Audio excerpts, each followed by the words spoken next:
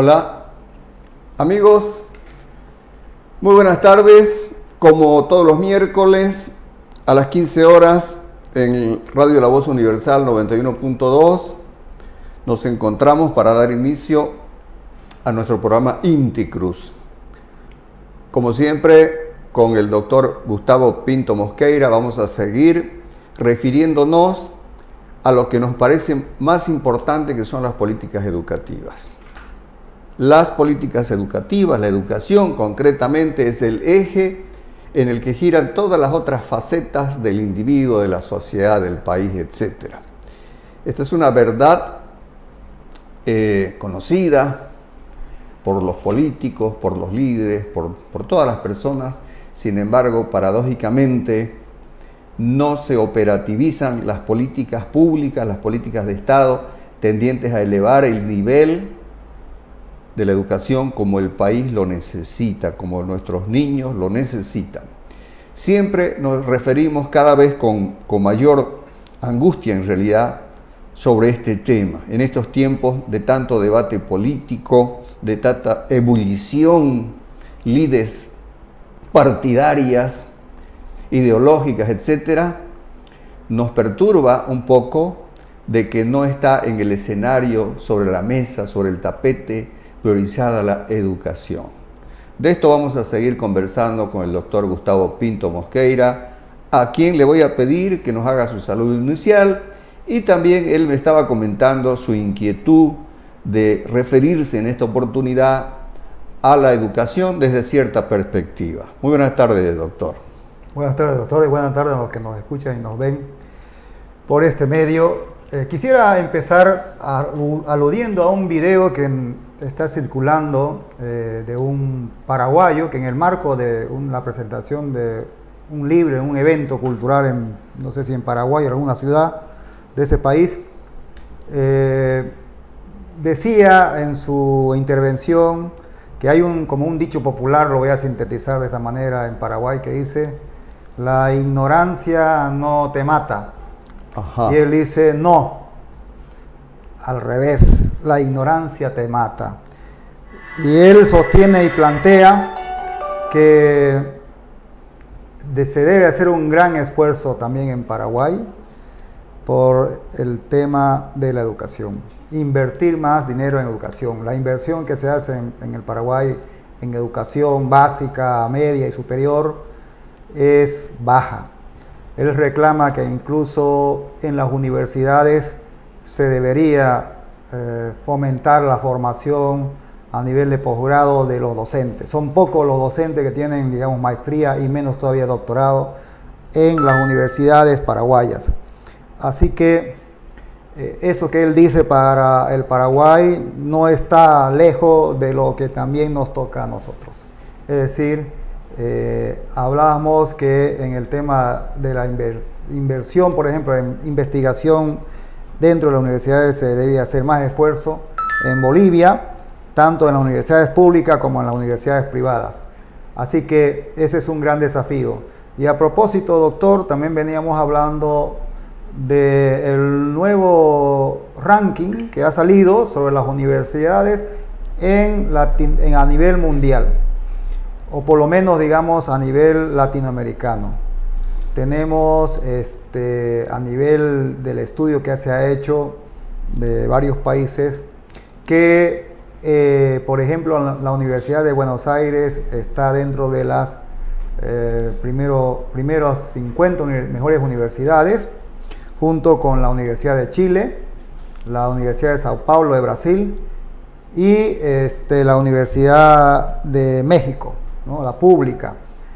Pero, digamos, tanto las autoridades como los resultados de estos estudios se plantea la necesidad de seguir invirtiendo en investigación, porque ese es un cuello de botella que, como vemos, es un problema en general en América Latina, ¿no? No invertir en investigación en todos los campos, en ciencia, tecnología y, por supuesto, también, vamos a decir, en las ciencias humanas, porque necesitamos investigar en todas las disciplinas, ¿no? Que tenemos que tener buenos investigadores, bien formados, y cambiar de una vez el paradigma de que el profesor, el docente universitario, sobre todo va a enseñar. Debemos cambiar ese paradigma por el docente que investiga primero y después enseña. No sé qué le parece a usted estos planteamientos, estas opiniones. Claro. Efectivamente, las instituciones universitarias, las instituciones en general, tienen pues la obligación, si tienen la obligación de enseñar, digamos, inherentemente pues existe la obligación, vamos a decir, el rol, el mandato de investigar, ¿no? Por ejemplo, en una de las instituciones que yo tengo experiencia, bueno, yo tengo experiencia en las universidades, en los hospitales, por ejemplo, en un hospital, ¿no? Un hospital se tiene que investigar, se tiene que enseñar, formar los recursos, se tiene que hacer, por lo tanto, docencia, se tiene que asistir a las personas y se tiene que hacer extensión también a la comunidad. Esto que usted menciona, este parámetro de las universidades que siempre nos resulta realmente atractivo, cada vez salen las encuestas sobre el posicionamiento de las universidades a nivel mundial. La verdad es que las universidades de Estados Unidos, las de Inglaterra, alguna universidad de Francia, siempre han estado en los primeros lugares. Últimamente también han aparecido las universidades también ya de la China, ¿no? Del Japón, por supuesto, y las universidades de nuestros países, porque nosotros somos latinoamericanos, ¿no? Nosotros somos de la subcultura occidental, digamos, latinoamericana. Alguien decía por ahí que la clase media del mundo, antes se llamaba así, América Latina es como la clase media del mundo, digamos, ¿no? Correcto. Pero son opiniones que decían los, digamos, claro, especialistas en desarrollo. Claro. Pero eso, doctor, usted mismo se da cuenta, me contaba también, sí, extra medio, sí, que mejor si apaga, doctor, su celular.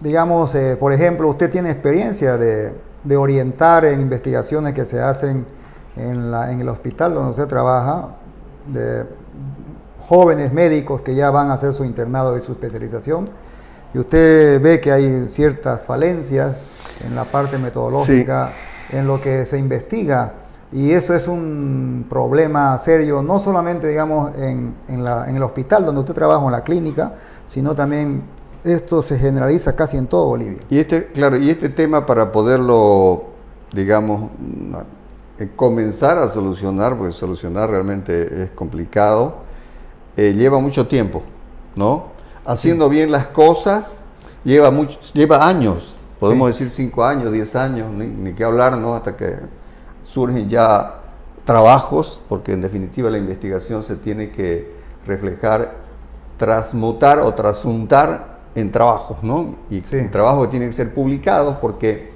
cuando no se publica, pues eso será como decía Juan Zamaja, un epistemólogo famoso argentino, que él parafraseaba a otro, decía: si no se publica, no es investigación. Será, exacto, decía él, será alimento para roedores o para insectos, pero sí, investigación no es. Entonces, pero esto venía, usted había iniciado el tema de las universidades, que siempre nos da curiosidad, nos atrae.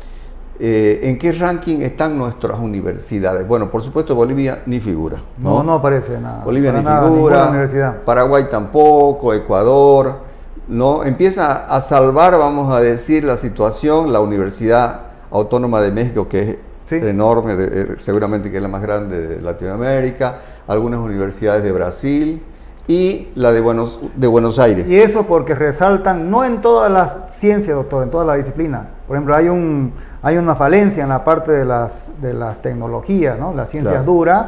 La de Buenos Aires, por ejemplo, tiene buen puntaje en algunas ciencias humanas.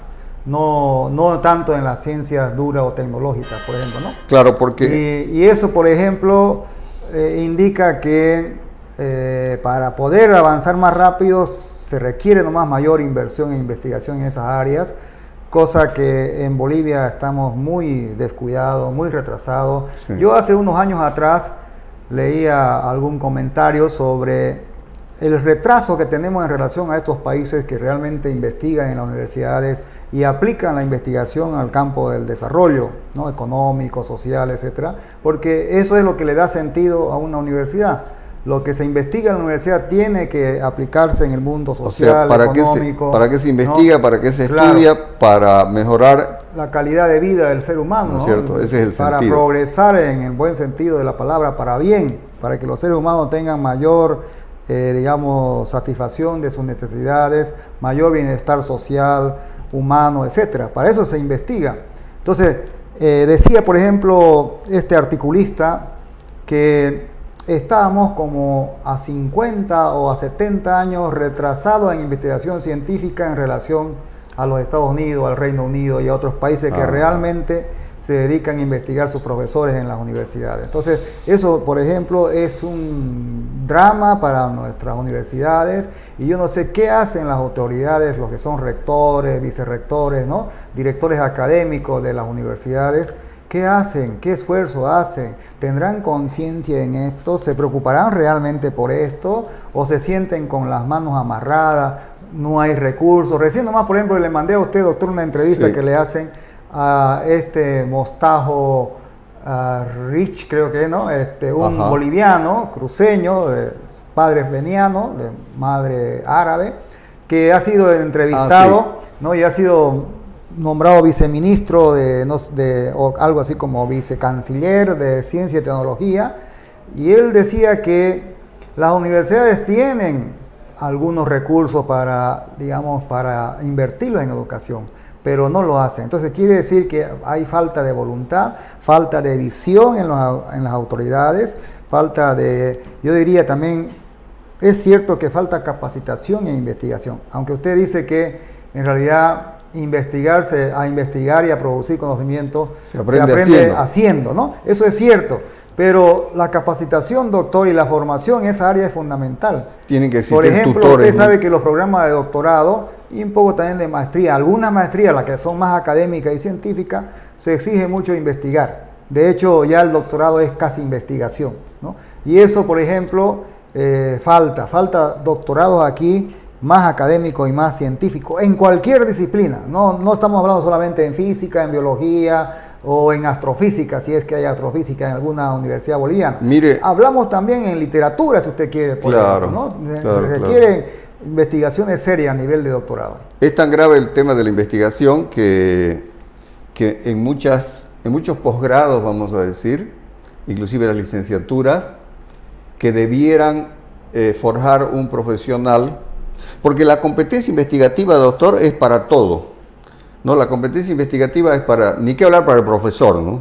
O para el pedagogo, ni qué hablar. Tiene que tener sí o sí competencia investigativa para lograr que sus educandos, sus dirigidos o los estudiantes desarrollen competencia investigativa. Pero la medicina el médico tiene que tener competencia investigativa, el ingeniero competencia investigativa. En fin, todo el mundo tiene que tener los comunicadores, ¿no? Claro. Es decir, ahora están de moda las competencias y es un sistema interesante para ordenar el horizonte, vamos a decir, de lo que significa la educación. Pero, doctor, mire, con respecto a este ranking de las universidades, entonces decíamos, Bolivia ni figura, ¿no? Los argentinos, digamos, uno se siente cercano. ¿Usted estudió en la Argentina? No, yo en Chile hice un posgrado. Usted se siente más cercano con Chile, Santiago, por ejemplo, ¿no? Y los chilenos también se salvan, tienen siempre una o dos universidades que figuran dentro del mapa. Los argentinos figuran con la Universidad de Buenos Aires, con alguna otra un par de universidades más de Buenos Aires. Y fíjese que la Universidad de Córdoba, que es donde yo estudié, esa está después del 500 lugar a nivel mundial. Figura como 700, 800, pero digamos que por lo menos figura, ¿no? Sí, igual figura también entre las mejores a nivel, digamos, de los 50 mejores. Está también la Universidad Católica de Argentina, como entre las mejores, digamos. Claro. ¿No? Y como usted dice, una universidad no está en un ranking, pues, por un nivel homogéneo en todas sus carreras, ¿no? Eso es por carrera, como usted dice, ¿no? La universidad tal, digamos, tiene primer nivel en Derecho, otra universidad tiene el primer nivel en Arte, por ejemplo, los argentinos se ve que tienen un buen nivel en esa. Sí, en Arte y en Derecho figuran, digamos, las mejores carreras. Sí, en Medicina me llamó la atención que ellos están como 175 a nivel mundial, fíjese usted, ¿no? Entonces, el tema de la investigación, no es algo que se pueda de la noche a la mañana, por supuesto, mejorar. Y quiero nuevamente en un intervalo, en un paréntesis, decir que lo que quisiéramos a través de Inti Cruz justamente es concientizar a todos los actores de la vida societaria, pero sobre todo al público en general, al padre de familia, ¿verdad? Que lo que tenemos que exigir nosotros a nuestros políticos, nosotros debiéramos en primer lugar votar no por un partido político o por un líder, no es ese el tema es por un plan de gobierno, porque qué es lo que ellos piensan hacer, y ojalá fueran creíbles, ¿no? Tuviéramos fe de que realmente lo van a desarrollar, ¿no? Porque lo más importante es la educación. Fíjense que de una manera que, bueno, puede servir para un debate, se ha decidido un porcentaje de 10% que se venía pidiendo para la salud, ¿no es cierto? Bueno, imagínense usted cuánto de porcentaje uno podría pedir para la educación, que es lo más importante realmente, ¿no? Políticas de Estado que se han implementado en otros países, que ya les ha dado resultados, o sea, que no es fantasía, no es locura, ¿verdad? Y nosotros, ¿cuándo vamos a iniciar ese camino? ¿No? Nosotros estamos mirando otras cosas, estamos conflictuándonos, debatiendo, peleando por otros aspectos que no hacen al corazón de la cuestión. El corazón de la cuestión, como lo decía ese señor paraguayo, yo vi ese video, qué bien que lo expresaba ese señor, ¿no? Con toda la fuerza. Paraguay debe estar más o menos igual que nosotros, doctor. Ellos tampoco tienen universidades que estén en un alto nivel, así tampoco como nosotros, ¿no? Y este señor de Paraguay, me sorprendió realmente ese video, cómo él de manera tan cristalina, tan transparente, enuncia la problemática, ¿verdad? Y por supuesto que si nosotros no damos un gran salto cualitativo en la educación, todo después es una farsa, querido doctor. Por ejemplo, la democracia, vamos a decir, que teóricamente es el peor sistema político, con excepción de todos los anteriores que decía Winston Churchill, ¿no? Porque claro, nosotros tenemos mucho miedo a los sistemas autoritarios, totalitarios. Cuidado que le entienda mal la gente, cuidado, no, claro, aclare bien eso, porque si no la gente aquí en este país hay mucho autoritarismo, doctor. Claro, por eso decía Churchill, ¿no? Hemos sido muy autoritarios, bueno, los políticos, ¿no? Por eso Churchill decía, ¿no? Quisiera que la gente se en broma y en ironía decía, ¿no? Es el peor sistema político, decía, la democracia, con excepción de todos los otros, decía, ¿no? Pero entonces, la democracia, claro, una cosa es la democracia. ¿De dónde viene la democracia? Pues fíjense, los griegos, ¿no es cierto?, practicaban, era una democracia directa, ¿no? Todos tomaban las decisiones. Recordemos, sin embargo, que las cosas no eran perfectas, ¿no? Era una sociedad donde existían los esclavos, donde los artesanos, los extranjeros no tenían voz ni voto, las mujeres tampoco, ¿no? Esa en realidad es la democracia, ¿no? Allá surge, pero digamos, todos los que eran considerados ciudadanos en las ciudades griegas, en las polis, pues debatían ellos democráticamente sobre sus asuntos. Esa era la democracia directa. Ahora, en estos tiempos, doctor, la democracia realmente está sumamente manoseada, manipulada, y le viene, yo creo que bien, pues a los políticos, porque ellos realmente utilizan, ¿no?, este sistema manipulando para sus propios fines.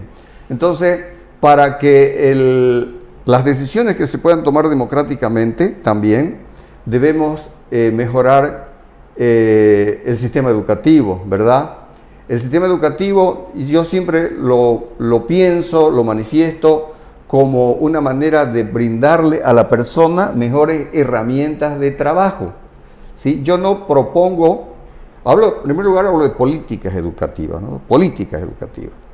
Y no propongo que todo el mundo sea filósofo, que todo el mundo sea erudito, que todo el mundo sea sabio, no. Lo que se propone, inclusive lo propone la Organización Mundial de la Salud, lo quiero recordar, es que todos los niños lleguen a tener carrera terciaria para que puedan vivir mejor. Ahora, al mejorar el sistema educativo, obviamente también van a surgir de ahí, van a surgir mejores profesionales de toda índole, ingenieros, políticos, y también surgirán los pensadores, los filósofos, etcétera, ¿verdad? Y realmente esto ya sucede, ¿no? En los países del norte de Europa, que son los que mejor viven, porque uno piensa que Estados Unidos, como es la superpotencia de Estados Unidos, uno a veces cree que ellos son los que tienen la mejor calidad de vida. Sin embargo, uno observando los números, en el índice de desarrollo humano, en realidad no sé si llegan a estar dentro de los 10 primeros lugares. Entonces, ese es el sentido que le damos en Inti Cruz al valor que tiene la educación desde nuestra perspectiva. Le cedo la palabra, querido doctor. Bueno, doctor, gracias. Yo veía, escuchándolo a usted, quiero traer a colación una idea que tenían los griegos a propósito de lo que usted habló de la democracia directa que se vivía ya en la Grecia antigua, en la época de Platón, de Aristóteles, como, por ejemplo, ellos veían la escuela. Ellos pensaban que se debería ir a la escuela para aprender con alegría. Ajá. ¿No? Fíjese, este es un principio filosófico muy importante porque hoy día la escuela, el colegio, se ha vuelto para nuestros niños y jóvenes, digamos, algo muy tensionante por la cantidad enorme de materias que a veces llevan, ¿no? Por la cantidad enorme de tareas que le dan a los estudiantes cada día los profesores, por la falta muchas veces de infraestructura adecuada para que los niños tengan mejores espacios de recreación, ¿no? Todo eso, digamos, influye para que la escuela se haya vuelto para algunos niños casi un martirio, y lo digo así, ¿no? Por eso es que yo, en el marco de las autonomías, escribí un librito planteando la necesidad de hacer una reforma en cada región, cada departamento que lo quiera hacer de manera autónoma, ¿no? Primero reduciendo la cantidad de números de materias que se dan, ¿no? Pero, digamos, dándole más cantidad de horas a ciertas materias que son clave, por ejemplo, la música, ¿no? La música.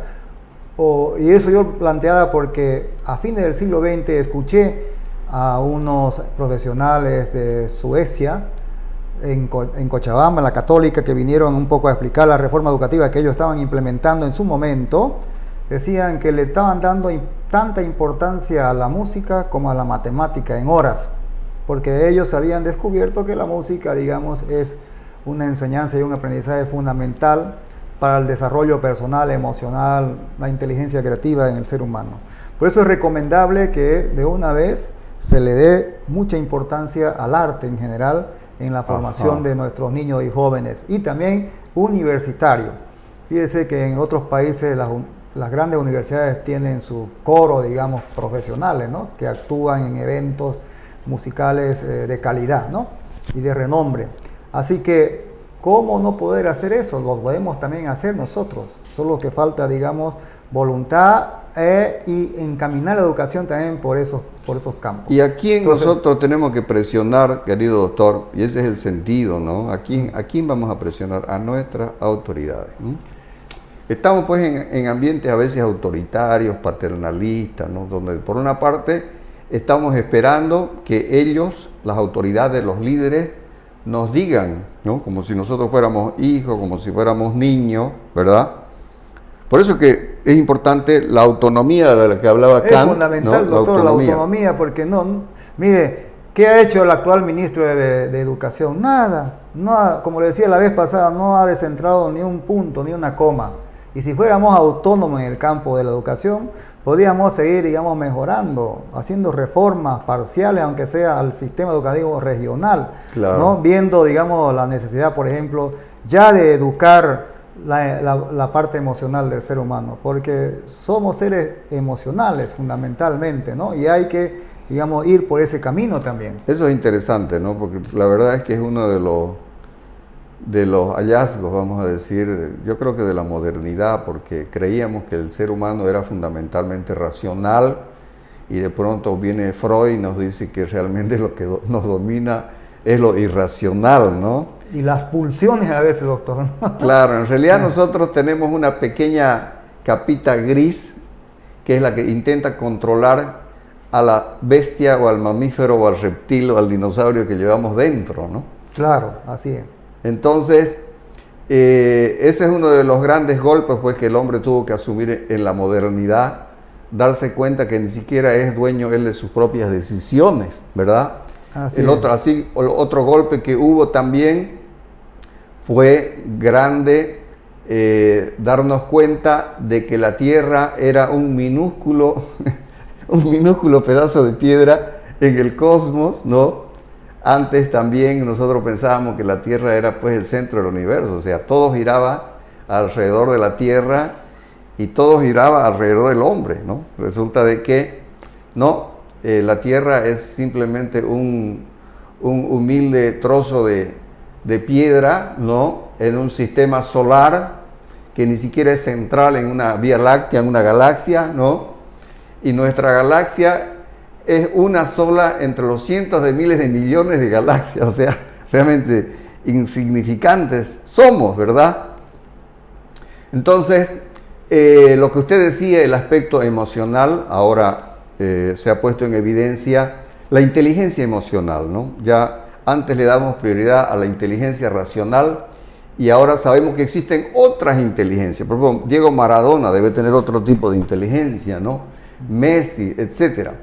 Y entonces el arte resulta de que es importante y por ahí no nos damos cuenta en Santa Cruz, en Bolivia, de que la densidad de artistas que tenemos también, ¿no? es poca. O sea, existen parámetros a nivel mundial para saber cuánto es el porcentaje saludable de artistas que tiene que tener una sociedad. Artistas, nos estamos refiriendo a artistas también en la literatura, en la escultura, en la danza, en la pintura, etc. Y ahí también tenemos un problema, porque dentro del equilibrio que tiene que tener el ser humano, este lenguaje artístico también es fundamental. Y ahí estamos también en déficit. Ni qué hablar el déficit que tenemos en los aspectos racionales, como siempre insisto, doctor, no tenemos nosotros filósofos, ¿no?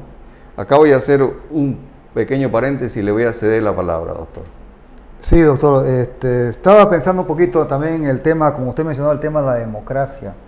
Yo creo que una de las virtudes que han tenido los gringos, los estadounidenses, a pesar de que a muchas personas, como son antiimperialistas, no les gusta que hablemos de los gringos, sí, pero ellos han usado, fíjese, el cristianismo por un lado, aunque la gente no lo pueda entender eso, pero hay que leer, por ejemplo, a Max Weber, ¿no? Sí. Y luego han usado la democracia, la escuela para educar en pos de la democracia, ¿no? Para profundizar la democracia, para vivir en democracia, que es algo también que a nosotros nos falta. Fíjese que volvamos al asunto del autoritarismo y de los muchos problemas que tenemos con la democracia en Bolivia. Aquí falta fortalecer los sistemas democráticos, por ejemplo, ¿no? Porque no queremos que se cumpla algo que decía justamente, fíjese, criticando incluso en la democracia en Estados Unidos, Charles Olsen decía: a mí no me gusta la democracia porque este sistema lleva al poder a los peores. Oiga, y yo creo que en Bolivia el sistema político está de alguna manera hecho todavía, y el esquema, la mentalidad política hecho para que vayan no siempre los mejores a gobernar, a dirigir las instituciones públicas del Estado. Yo no sé si tengo razón, pero yo he estado leyendo en su momento, yo doy pensamiento boliviano, por ejemplo, en la Facultad de Teología de la Universidad Católica, y ahí leyendo y releyendo algunos autores como Alcides Argueda, Pueblo Enfermo, Daniel Pérez Velasco, Beniano, que mucha gente no sabe qué es Beniano, Daniel Pérez Velasco, en su libro La mentalidad chola en Bolivia, y otros libros. Dígame, Alcides Argueda es un pensador positivo o negativo de lo que es la idiosincrasia boliviana. La gente lo ha entendido al revés, como en este país muchas cosas entendemos al revés, doctor, ¿no? Entonces, tanto Alcides Argueda como Gabriel Renaud Merino, por ejemplo, y el mismo Daniel Pérez Velasco, que son muy duros y muy críticos, digamos, analizando y cuestionando la mentalidad y la forma de actuar y de ser del boliviano en general, ¿no? Particularmente, digamos, de la zona andina. Ellos enfocaban mucho en la zona andina. cosa que en el Oriente también se ha expandido a través de la política, de los partidos, esa forma de entender la política y de actuar, ¿no? Muchos criticaban eso. Por ejemplo, vuelvo después a lo que quería decir. Por ejemplo, Enrique Finot tiene un libro que es una novela, en realidad, El Cholo Portales. Ajá. Y él dice una frase muy dura, muy dura.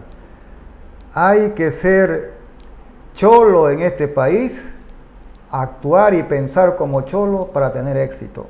Imagínense eso tan duro para el boliviano en general. Pero ¿por qué ellos criticaban eso? Y la gente tiene que entender, estos autores.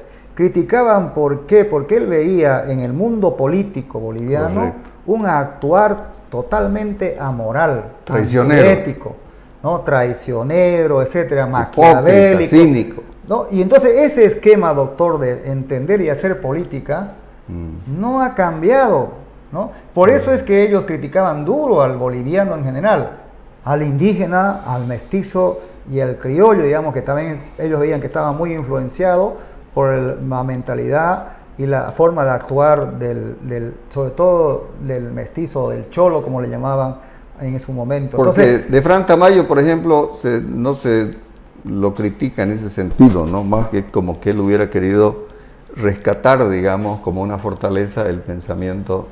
No, Fran Tamayo ya se va también al otro extremo, doctor. Ajá. Ya se va al extremo de defender a lo indígena como lo mejor, digamos, en este país. Correcto. Contradiciéndole a Arguedas, por supuesto, y a Moreno, René Moreno. Ajá. Ya se va al otro extremo, exagerado, digamos, todas las virtudes al indígena, y de eso no se trata, ¿no? Pero yo quiero completar la idea. Sí. Es decir, estos autores cuestionaron mucho esta manera de ser del boliviano, sobre todo del cholo, digamos, como ellos le llamaban, de la zona andina, que también se cumplen con muchas cosas en el Oriente, porque ellos veían a lo largo de la historia política de este país, hasta su momento que ellos escribieron sus obras, veían que una falta tremenda de moral, falta de progreso moral, porque ellos veían que no solamente para que un país crezca, digamos, era necesario lo material, lo económico, también era muy importante lo moral. Claro. Fíjense, ¿no? Y ellos veían, digamos, en la política o en la historia política de este país, pues mucha amoralidad, corrupción, falta verdadera de democracia, ¿no? Autoritarismo, eso que usted decía, ¿no? De serrucharle el piso al otro, ¿no? Constantemente, de no dejarlo, digamos, sobresalir, de no dejarlo que por sus virtudes, claro, sus capacidades, digamos, sobresalga. Sí. Fíjese que yo le preguntaba a un cruceño que estudió en Argentina, le preguntaba, ¿cómo son los argentinos? Dijo, entre otras cosas, dijo, son muy leídos, muy cultos, les gusta leer, y decían, te apoyan y te ayudan si vos querés, digamos, sobresalir, pero de manera positiva. Cosa que acá en nuestra cultura más bien te ponen zancadilla, te bajan, ¿no? Mire, yo en general utilizo, digamos, lo que dice la ciencia política, vamos a decir, sobre los políticos, sobre nuestras estructuras políticas en Latinoamérica, ¿no? Y obviamente la corrupción es un gran problema. En todo el mundo hay corrupción, pero en Latinoamérica proporcionalmente es terrible la corrupción. Pero aquí, doctor, y nos hace un daño enorme. Y no yo hablo en general, porque no, la verdad que acá pues nos conocemos todos en Santa Cruz y en Bolivia, y uno no quiere pelearse, pero no por cobardía, sino porque pelearse, doctor, ya es un trabajo ya. Si yo me dedico a pelearme con usted, me voy a pasar el tiempo peleándome, y realmente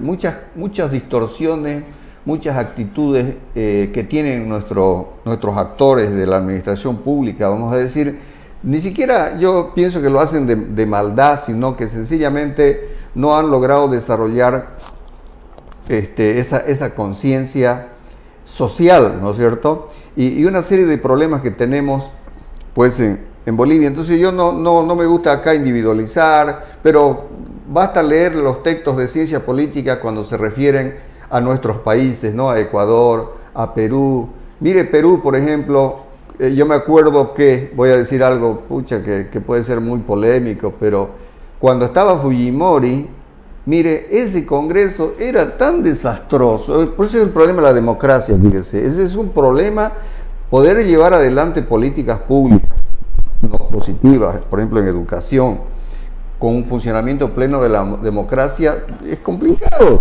Yo recuerdo que Fujimori, él, se acuerda que cerró el Congreso, ¿no? Él habiendo subido democráticamente, de pronto, ante la impotencia de manejar esa democracia, Fujimori cierra el Congreso. Bueno, entonces, no hace falta, digamos, porque es tan complicado pelearse con los amigos, pelearse con la gente que está alrededor de uno, eso se van todas las energías, pero no podemos soslayar y decir que los males que están pues apuntados, identificados de la política, de la corrupción en nuestros países. Argentina, usted mencionaba, ¿no?, un aspecto positivo, sin embargo los argentinos están entrampados en este momento, están con esa denominada grieta. Mire, digamos así que la mitad de los argentinos son peronistas o cristinistas. Sí. Y la otra mitad de los argentinos son antiperonistas y anticristinistas, ¿sabe? Hay un maniqueísmo allá, se quieren ignorar. Y de alguna forma eso nos está pasando aquí, pero acá hasta decir eso, ¿sabe?, que es un problema. Acá también hay un grupo de millones de personas que no están queriendo reconocer a otros millones de personas, y eso sucedió siempre, lo dice Isaac Sandoval Rodríguez, que es un sabio, ¿no? Siempre ha sucedido en nuestro país. Entonces también acá en Bolivia estamos en una grieta, como están los argentinos, nada más que en los argentinos parece que la grieta se ha ido acentuando con estas décadas. Argentina pues era un país que parecía ser un país de Europa, estimado amigo, ¿ya? En Argentina, no, me acuerdo, los años 70 no había vendedores ambulantes, ¿no? Era como estar en un país de Europa, etcétera. Me acuerdo que los obreros en Argentina tenían auto en aquella época, a nosotros nos llamaba la atención, ¿no? Todos leían a Sigmund Freud, vamos a decir. Argentina se ha ido deteriorando y eso es un lamento. El profesor ese que usted menciona en el video, ese paraguayo, alude también a esto de la Argentina, porque es un dolor que tenemos todos los latinoamericanos, porque Argentina de alguna manera reflejaba un poco la esperanza que teníamos nosotros. La Argentina se ha ido deteriorando, mire usted, y no depende pues de izquierdas ni de derechas, ¿no? Antes de Macri se consideraba que era un gobierno progresista, y bueno, resulta de que parece que no le fue bien al país, según dicen muchos. Había esperanza cuando viene un gobierno más bien derechista, ¿verdad? Pero también no, ¿sabe qué? No disminuye el desastre, se va profundizando. Y entonces de nuevo ganan las elecciones los que estaban antes, doctor. Claro, lo que pasa es que el populismo en Argentina, incluso Menem lo consideran populista, que algunos decían que era de derecha, ¿no? El populismo, como dicen algunos críticos y analistas, los ha acostumbrado a los argentinos a vivir mucho de bonos, ¿no? Entonces, usted que ha vivido allá, no sé si en ese tiempo existía, pero eso me lo han dicho recién la gente que conoce también la Argentina, bono para todo hay. Así que la gente no se acostumbra, digamos, a recibir todo del Estado y no pone de su parte muchas veces en diversos sectores que podría hacerlo, ¿no? Por ejemplo, yo, casi toda mi vida laboral, profesional, he trabajado fuera del Estado, fuera de instituciones estatales, y se puede aportar, digamos. Entonces, no recibo ni siquiera salud de parte del Estado, ¿no? Entonces, soy un marginal en el tema de usted no ha sido empleado público, usted. No, nunca. Entonces, todas esas cosas, por ejemplo, hay que pensarlas en Bolivia. Aquí, uno de los males también que ha habido en la mentalidad es que todos quieren trabajar en la administración del Estado porque piensan que el Estado le debe dar todo a la gente, ¿no? Entonces, todas estas cosas, por ejemplo, es cuestión también de educación. Por eso debemos enfocar también la educación, en la escuela, colegio, en función de fortalecer las instituciones democráticas, en función no solamente también, como usted dice, de, digamos, tener una profesión primaria, terciaria, Claro. para tener un trabajo, unos ingresos. Técnica o licenciatura. ¿Quién, por ejemplo, no quiere tener un trabajo estable, que donde le paguen lo suficiente, como para los fines de semana, salir con la familia, o tener momentos de ocio y leerse un buen libro, porque Claro. ese es un ideal, por ejemplo, para los ciudadanos, ¿no? Para culturizarse más, etcétera. Cosa que en este país hace mucha falta eso. Fíjese que aquí se consume, como le decía la vez pasada, más alcohol al año que lecturas de libros. No se llega en promedio a 4 libros al año de lo que la gente lee, pero sí casi 10 litros de alcohol se consume en este país. Entonces usted imagínese en qué nivel educativo estamos, digamos, ¿no? Claro, interesante. Bueno, le vamos a pedir a la licenciada Victoria Zavala que cuando ella tenga un video, los lance, así hacemos una pausa psicológica y seguimos conversando sobre las políticas educativas. ¡Va la primera! ¡Quitarse los pañuelos para bailar esta cueca!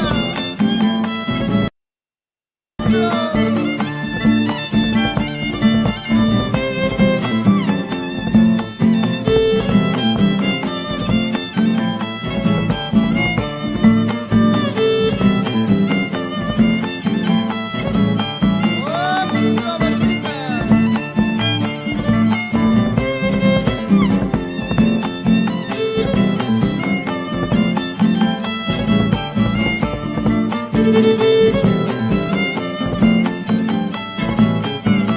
¡Esa quimbita!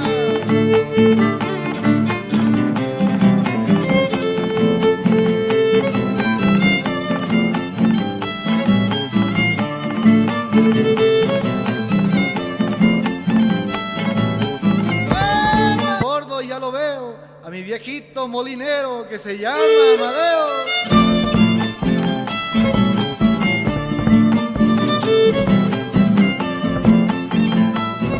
Y adentro, arriba, arriba esos pañuelos.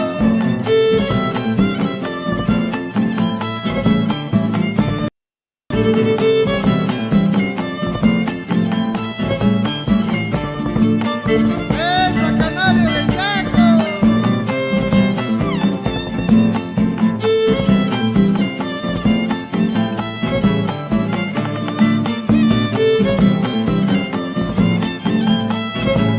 ¡Esa buchadita!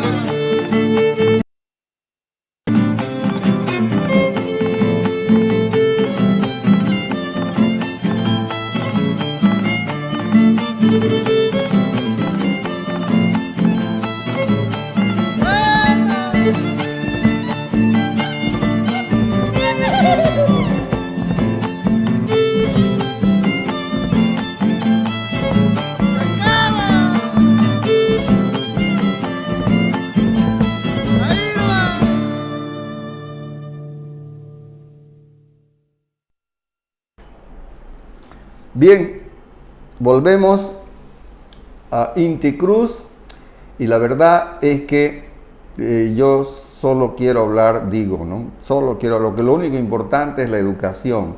Claro que no es verdad, hay otras cosas que son importantes, ¿no? Es importante la salud, es importante la seguridad, es importante la comunicación, pero el eje siempre se supo, ya lo decían los presocráticos, ¿no? Platón, etcétera, todos los grandes filósofos, la gente, los pensadores actuales, todos lo dicen. Mire, qué lástima que no pasamos ese video, doctor, de ese señor de Paraguay, cómo con tanta contundencia y angustia él se duele por Paraguay, porque se ve que los políticos paraguayos también hacen lo que todos los políticos latinoamericanos, doctor, no quiero, como le digo, no quiero pelearme con nuestros políticos bolivianos, ¿no es cierto? Pero están en cualquier cosa. Claro que hay que, fíjense, doctor, otra cosa también es estar en el lugar, en los zapatos de alguien, ¿no? Fácil es criticar, digamos, ¿no? Pero es que nuestro rol, y sobre todo el rol del intelectual, es pues cuestionar, ¿no? Los intelectuales no estamos pues para ser obsecuentes, ¿verdad? No estamos para chuparle la media al poder. Nosotros estamos para criticar, porque nada es perfecto, ¿verdad? Sí hay que reconocer que otra cosa es estar en los zapatos, ¿verdad? En la ropa, en los pantalones del otro. Pero tenemos la impresión por lo que lee, porque fíjese, tenemos referentes, pues nosotros no hablamos por lo que se nos ocurre. Hay referentes en la bibliografía, hay pensadores, hay políticos, Sartori, Bobbio, los grandes políticos italianos, etcétera, etcétera, filósofos también, y libros. Entonces, en base a eso es que uno se manifiesta, no son ocurrencias, ¿verdad? No es ganas de impugnar por impugnar. Y entonces, no importa realmente, hay que decir quién es el líder o cuál es el partido. Porque en definitiva la administración pública, la función pública va a ser manejada por miles y miles y miles de personas que nacen de nuestra sociedad. Si nosotros no nos dedicamos a tener el mejor plantel de educadores posible, como ya lo tienen otros países, insisto, ¿no? Porque los políticos decidieron apoyar a la educación, entonces nosotros nunca vamos a mejorar. Todo lo demás son cuentos, nos vivimos inventando problemas, peleas. ¿Sabe qué? Los políticos nos hacen confundirnos, nos emborrachan la perdiz, nos hacen pelearnos de cosas que no son importantes. Lo único importante es la educación. Querido doctor, estamos quizá en nuestros últimos 10 minutos de programa. Lo invito a que siga usted aportando, por favor. Bueno, yo quisiera decir, doctor, un par de asuntos sobre el tema de la visión que debemos tener de las universidades en Bolivia. Correcto. En Alemania, por ejemplo, ellos piensan que la universidad está para ayudar a que el ser humano acceda a la verdad universal. Ese es como el fin, digamos, principal de las universidades. Y bajo esa visión ellos actúan, se mueven los profesores, investigan, etc. Y el modelo es profesor que investiga y enseña. Claro. Los ingleses y los norteamericanos, que más o menos son pragmáticos esos, tienen la misma filosofía, ellos piensan que la universidad debe contribuir al desarrollo de la sociedad. Ellos son pragmáticos. ¿No? Y entonces la investigación que ellos hacen es para mejorar, digamos, la calidad de vida del ciudadano estadounidense e inglés. En cambio, Francia tenía, pero ha ido cambiando, ¿no? Porque en Francia separaban, digamos, la enseñanza de la investigación. Entonces, habían institutos donde el profesor investigaba y los resultados, el que enseñaba los leía y los enseñaba a los estudiantes. Pero tenían esta visión un poco nacionalista de la educación, los franceses. Pensaban que la universidad estaba para contribuir al desarrollo nacional. Es decir, del Estado nacional. Es decir, una visión más política. Ya. Cosa que los rusos se copiaron de esta visión hasta el punto que decían los rusos que la educación superior, la universidad debe contribuir al desarrollo del Estado comunista. Miren ustedes, digamos, una visión completamente política y no, digamos, filosófica o científica. Claro. Entonces, y ese esquema francés y ruso, aunque usted no crea, se copió para implementarlo en las universidades de América Latina, porque sabemos que la Revolución Francesa, digamos, la ideología francesa, ayudó al proceso de independencia latinoamericano o hispanoamericano. Y entonces nos quedamos con ese esquema también de entender la universidad de esa manera, para contribuir al desarrollo del Estado nacional. Es decir, una visión completamente política, porque sabemos que el Estado no es la sociedad, el Estado es una institución nomás. Es una entelequia. Es una entelequia de la sociedad, digamos, ¿no? Los individuos podemos vivir sin el Estado, como yo le comentaba, digamos, yo he vivido casi toda mi vida sin necesidad del Estado, ¿no? Pero también, digamos, es muy importante separar eso, ¿no? O sea, imagínense que la universidad deba estar en función del desarrollo solamente del Estado. La gente muchas veces iguala Estado con sociedad y no es así. No es así. El Estado no puede estar por encima de la sociedad ni puede estar por encima de los individuos, pero aquí lo hemos entendido al revés, al Estado, ¿no? Como una entidad que más bien debe, digamos, controlar, vigilar, dominar, administrar la vida de los individuos y no debe ser ese, digamos, la filosofía política, o deberíamos dejar esa filosofía política si queremos, digamos, darle importancia a la educación también, ¿no? Claro. Porque la educación del ciudadano es lo primero, doctor, como usted dice, ¿no? Yo Ahí creo está que- la clave. Yo creo que Hitler, Mussolini, por decir algo, ellos pretendían que el Estado pues era lo máximo, ¿no? En detrimento del individuo, vamos a decir, Claro. ¿no? Perón también se le dice que tenía esas características, ¿no? Entonces, y bueno, la otra corriente pues dice que el individuo es lo más importante.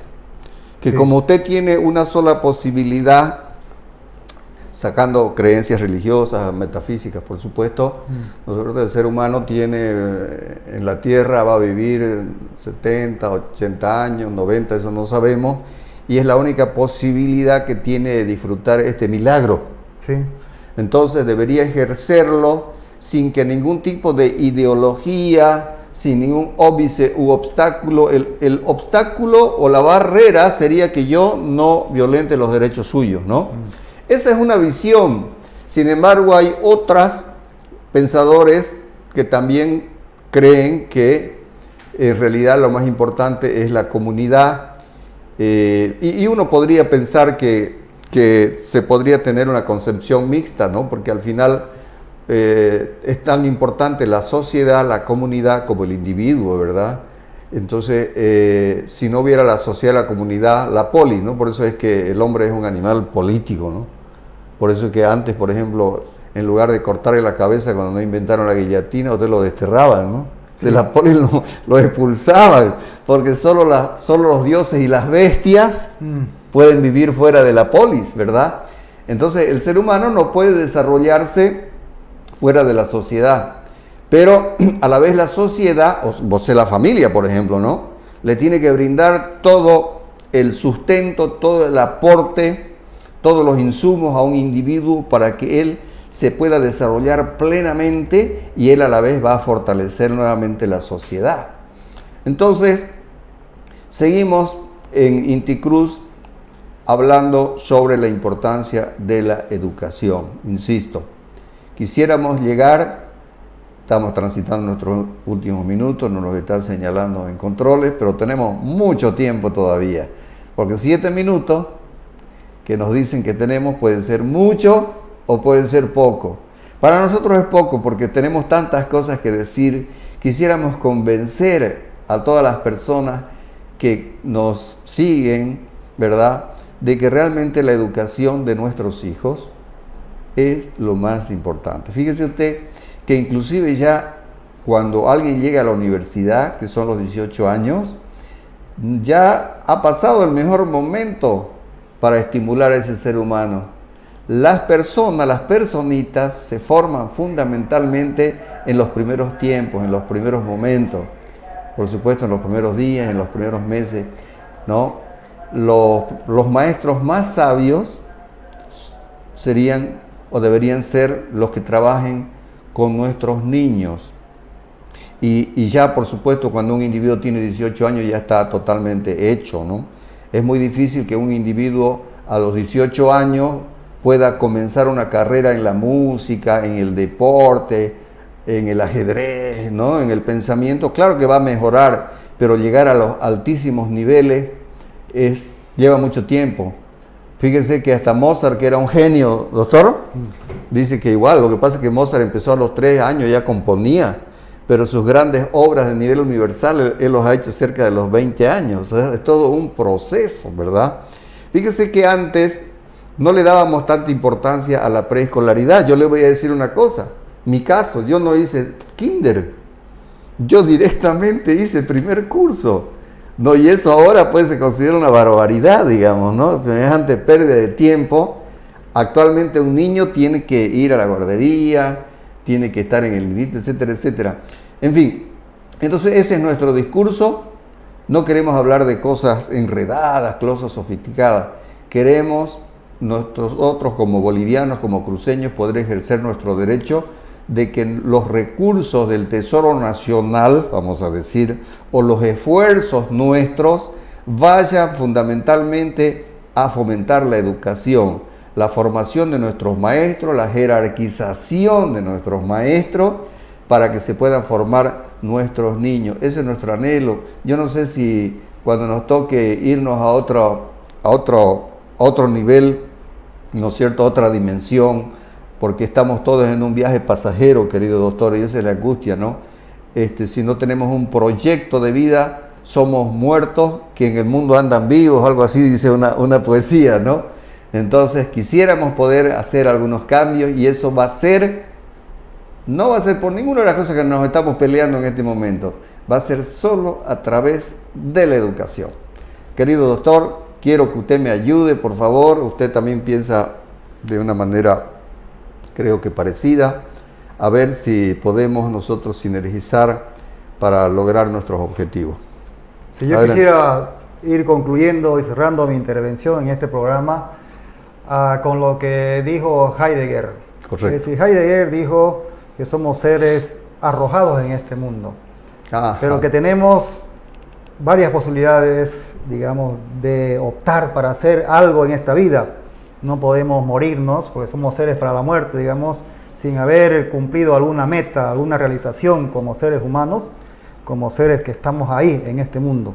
Entonces, ojalá que en nuestro proyecto de vida una de las cosas importantes que tengamos sea una buena educación, excelente educación. Ya está demostrado también, los que dan cursos sobre la felicidad, que una de las cosas que hace feliz al ser humano es que invierte en cualquier etapa de su vida en educarse cada vez más, en formarse cada vez más. Eso también es algo que los hace felices. Y también a propósito de esto que hablábamos del Estado, porque al final de cuentas el Estado es una estructura, ¿no? Es un sistema de administración de algunos aspectos de la sociedad, importantes, pero que no deben volverse opresivas para el ser humano, porque ahí tenemos problemas, ¿no? Claro. Con cualquier gobierno. No puede ser un Estado opresivo para el individuo. Y en ese sentido quería traer a la colación lo que Sartre, por ejemplo, a pesar de tener a él en su esquema ideológico a veces el marxismo, Sartre defendía a ultranza la importancia del individuo frente a la estructura. Es decir, ¿quién está primero? ¿La estructura? Por ejemplo, un sistema administrativo estatal, político, público, o el individuo. Él decía el individuo. La libertad del ser humano es fundamental ante cualquier estructura. Entonces, por eso él escribió un textito que se llamaba El existencialismo es un humanismo. Sí. Es decir, el humanista le da prioridad, importancia frente a cualquier estructura estatal o económica, sea la que sea, al individuo. El individuo está primero, es su libertad. ¿No? Y ojalá en este país aprendamos a que la educación vaya en función de fomentar la libertad del ser humano, que no sea también una reproducción de esos esquemas dictatoriales, autoritarios que históricamente hemos tenido en este país. Sí. ¿No? Fíjese, una de las razones por las cuales, creo que fue Gumucio Guzmán, ¿no? O algo así, no me acuerdo exactamente quién, dijo, salvemos a Bolivia de la escuela. Porque veían que no respondía por un lado a la realidad, claro, y por otro lado, digamos, era una escuela autoritaria, era una escuela repetitiva, memorística, que no contribuía a un verdadero desarrollo, no solamente económico, también político y también moral, también, digamos, humano del boliviano en general. Entonces queremos una escuela que vaya en ese sentido, que nos enseñe también a ser libres, porque la libertad es el fundamento de cualquier democracia. Por más que tenga sus fallas, sus problemas, la democracia, que al fin y al cabo, como dicen algunos teóricos de la democracia, es el mejor sistema que hasta ahora se ha inventado el ser humano. ¿No? Tendrá sus fallas, tendrá sus defectos, pero es el mejor. Ojalá que soñando, digamos, de aquí a 1000 años, a 2000 años, ya no sea necesario ningún sistema político para vivir. Ojalá. ¿No? Ojalá. Correcto. No sé cómo llegaremos y si llegaremos a eso. Pero el ideal de los anarquistas es vivir sin el Estado, claro, por ejemplo, ¿no? Fundamentalmente libres, ¿no? Y que la sociedad se organice para satisfacer las necesidades básicas que todo ser humano tiene, como el comer, el educarse, ¿no? El compartir, etc. Bien, doctor. La verdad, dijo tantas cosas, me fui inspirando en muchas cosas a medida que lo iba escuchando a usted, pero también a la medida que lo iba escuchando iba olvidándome de lo anterior. ¿Cuánto tiempo nos queda? Ya parece que solamente despedirnos. Vamos a seguir nosotros con nuestra vocación hablando de las políticas educativas, porque ese es el tema, políticas educativas, ¿sí? Donde el maestro tiene que ser el artífice, ¿no? el individuo central, el eje. No podemos tener una mejor educación si no le damos su lugar a los maestros. Entonces, para ello, todas las fuerzas políticas, todas las instituciones tienen que reunirse y hacer una política de Estado. A falta de eso, decíamos la otra vez que por lo menos, por ejemplo, como hacen en tantos países, envían a aquellos lugares que nosotros admiramos. Podemos enviar 100 o 1000 según el presupuesto que tengamos, personas a estar 1 año, 2 años, 3 años, 5 años, y ellos vienen y nos ayudan a levantar el nivel, como esto se ha hecho en tantas expresiones. Así se han hecho médicos, se han hecho ingenieros que han ido a estudiar a otros lugares y con ese conocimiento han venido. Entonces, agradeciendo al equipo técnico, a Victoria Zavala de la Radio FM 91.2, La Voz Universal, al doctor Pasquier, el director general, al doctor Darwin Pinto, director de la radio, a mi amigo Gustavo Pinto Mosqueira, que a pesar de que todavía el dengue lo tiene un poco disminuido, sí, pero él tiene esta vocación de venir siempre. Agradecerle fundamentalmente a ustedes que nos siguen, invitarlos para el próximo miércoles a las 15 horas. Vamos a seguir hablando de la educación. A veces traemos invitados porque queremos verlo, este tema, desde distintas perspectivas, de distintos ángulos. Muchas gracias, permiso.